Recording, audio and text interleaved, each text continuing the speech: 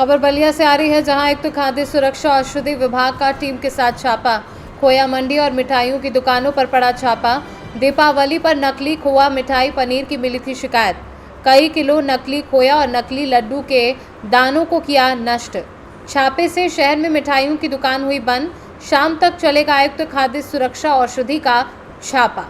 मैं सहायक आयुक्त खाद्य सुरक्षा औषधि प्रशासन विभाग आजमगढ़ मंडल, श्रवण कुमार मिश्र मेरा। जी, अभी आप यहाँ खोआ मंडी बलिया में आए हैं, क्या कुछ मिल रहा है?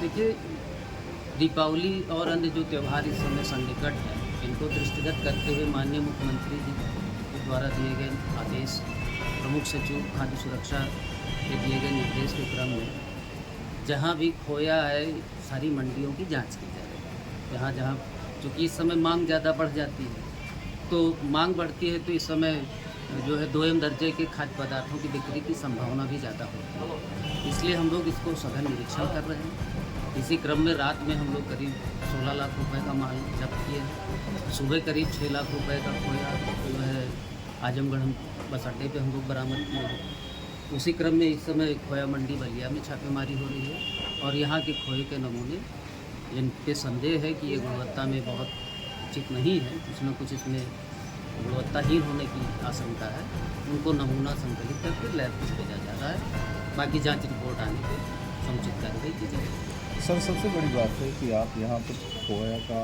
नमूना सैंपलिंग करके रखेंगे, वह जाएगा लैब से आने में रिपोर्ट कम से कम 15 दिन लग जाएंगे। हाँ, इससे तो ज़्यादा। इस 15 दिन के अंदर जिस सैंपल को आप उठाए होंगे, ये मार्केट में पहुँच गया रहा होगा, यह यूज भी हो जाएगा। हो सकता है कि वह नमूना फेल हो जाए, तो पब्लिक को क्या मिलेगा?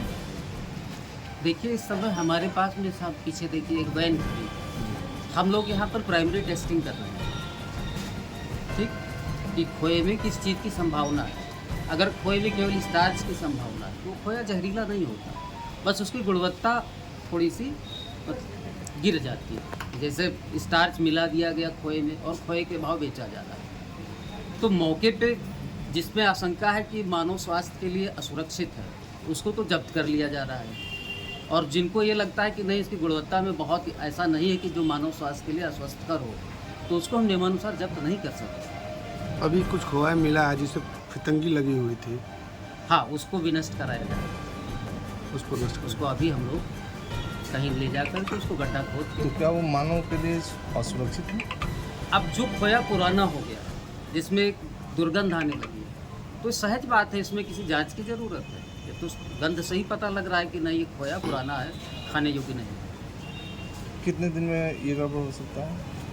ये तो दुग्ध उत्पाद है, 2 दिन, ज़्यादा से ज़्यादा 3 दिन, उसमें खोया तो निश्चित रूप से उसके बाद नहीं रुकना है। इस गली में देखा जाए कि नालियाँ है, बहुत कुछ है, साफ सफाई नहीं है, यहाँ खाने का पदार्थ बेचा जाता है।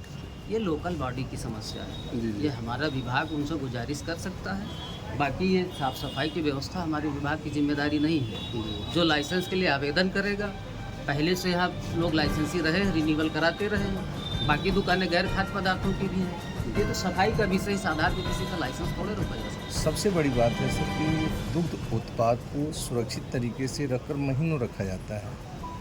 आप कह रहे हैं कि 2 से 3 दिन में खोया समाप्त हो जाएगा, फफूंदी आ जाएगी, जबकि दूध उत्पाद जो है किसान के घर से लेकर और मंडी में आने तक ये प्रोसीडिंग हफ्तों लग जाता है।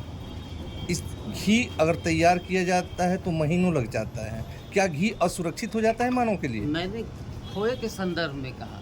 सर, खोए से घी, घी से खोया, दूध से तो कई आइटम बनते हैं, तो इसमें किसान के उत्पाद में कहाँ कमी आती है? सबसे बड़ी बात वह है कि खोया जब्त करना नहीं, इसमें कहीं ना कहीं हरासमेंट किसान का भी होता है।